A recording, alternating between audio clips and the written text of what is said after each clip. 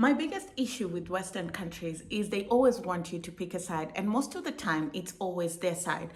Most recently, we are seeing Russia invaded Ukraine. Now, all factors constant, countries have the privilege and the right to say either we stay neutral or we are with Ukraine or Russia, and we are aligning the interests of our country, our people, to this country. But no, that's not how it works. The West says we're supporting Ukraine and everybody has to support Ukraine. Failure to which you're a warmonger, you're a terrorist, you're a bad country, just like Russia, and they can't wait to impose sanctions on you and threaten you on how they'll not do business with you and how you pay for your choices in the near future. But South Africa is not having any of it. South Africa is saying, Russia is our friend, they've not done anything to us, and if you have a problem, take it up with NATO. Don't bring it here. The Russian minister, foreign minister came.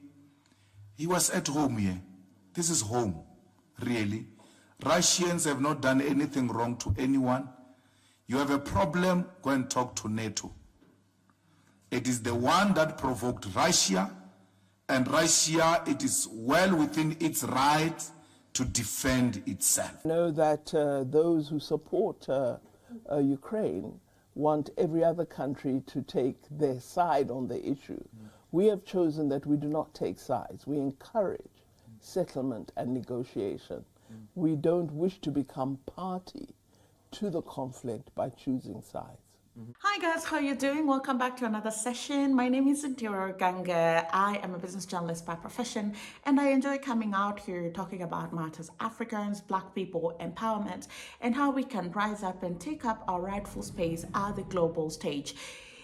Most recently, Russia invaded Ukraine roughly last year, and the invasion was talked about a lot in the media. Many foresaw it coming, whether one triggered the other or the other triggered the other.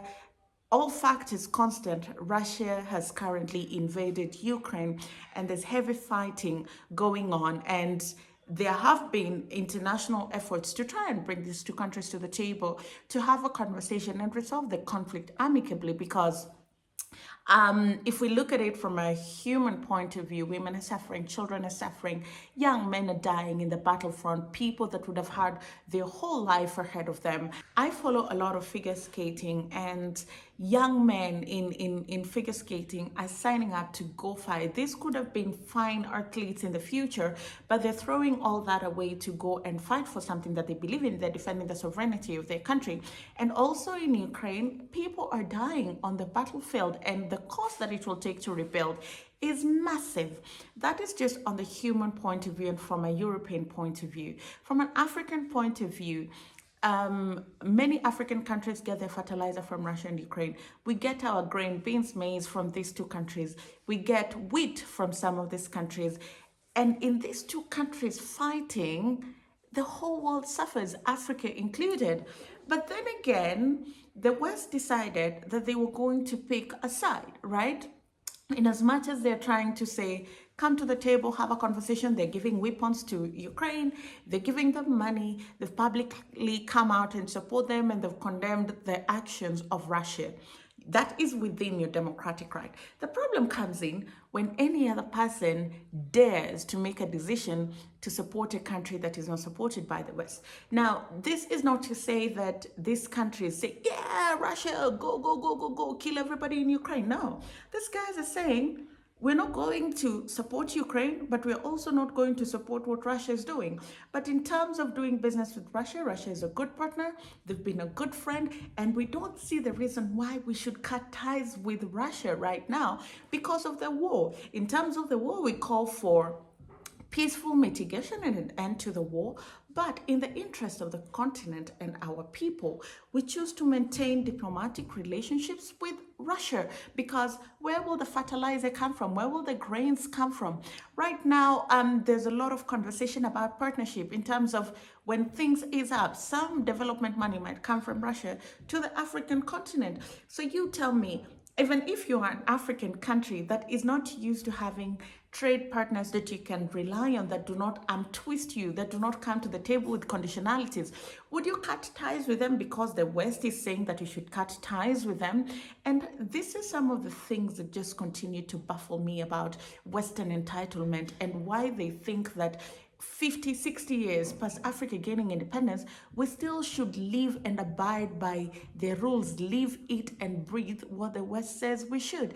And the South African foreign minister says, listen to me, that's not how it's going to work. South Africa is a sovereign state and it has the right to make a decision that it thinks is fit for purpose for the South African economy and for the South African people. We are not at war with Russia. I think that's important. It is tragic that there is a conflict, an armed conflict underway in the 21st century. We had hoped after the Second World War we would not see such conflicts. But we are not at war with Russia. We have a relationship with Russia and China, with India, with Brazil and many other countries.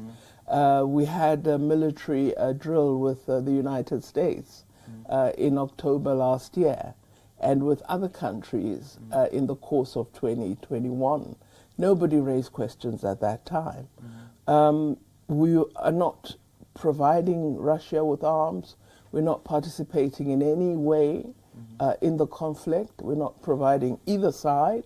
We're not involved in the conflict. And so to define the military drill, which was a pure naval exercise, as being something that participates in an armed conflict, I think is wrong, and it's just political posturing. I know that those who support Ukraine want every other country to take their side on the issue. We have chosen that we do not take sides. We encourage settlement and negotiation. We don't wish to become party to the conflict by choosing sides. The same sentiments were echoed by Julius Malema, who is the political leader of EFF, and he says, listen, South Africa does not have a problem with Russia, right? Russia has done nothing wrong to South Africa. For South Africa to say that when Putin is in the country, we're going to arrest him, we're not going to do business with Russia, they are our sworn enemies. What did they do to us? Like, what did they do? If you have a problem, take it up with NATO. For as long as we are concerned and for the benefit of our people and our economy, Putin is welcome here, and Russia will continue to be a trading partner and a business partner for our country. We're so happy when the Russian foreign minister came. He was at home here. This is home, really. Russians have not done anything wrong to anyone. You have a problem, go and talk to NATO. It is the one that provoked Russia, and Russia, it is well within its right to defend itself.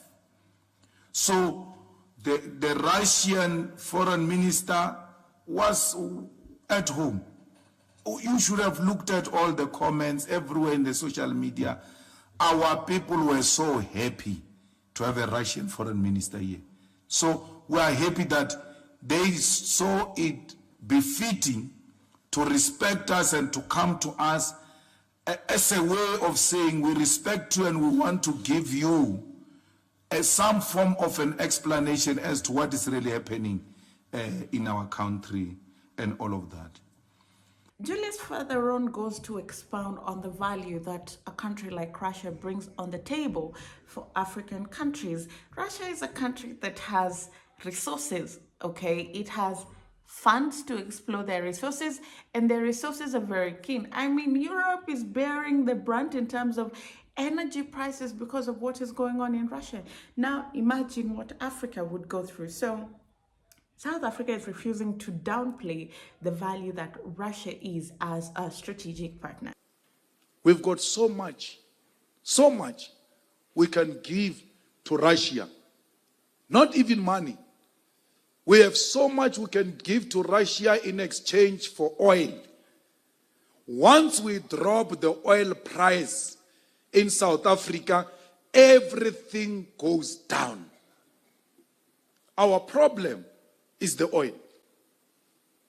Anyway, guys, let me know what you think about this video. Do you agree with the South African Foreign Affairs Minister? And do you also agree with Julius Malema that we are not going to be caught in between this favoritism war where you want me to support the person that you're supporting just because and neglect my interests and the interests of my people? If you agree, let me know. If you disagree, let me know. I'll see you again next time.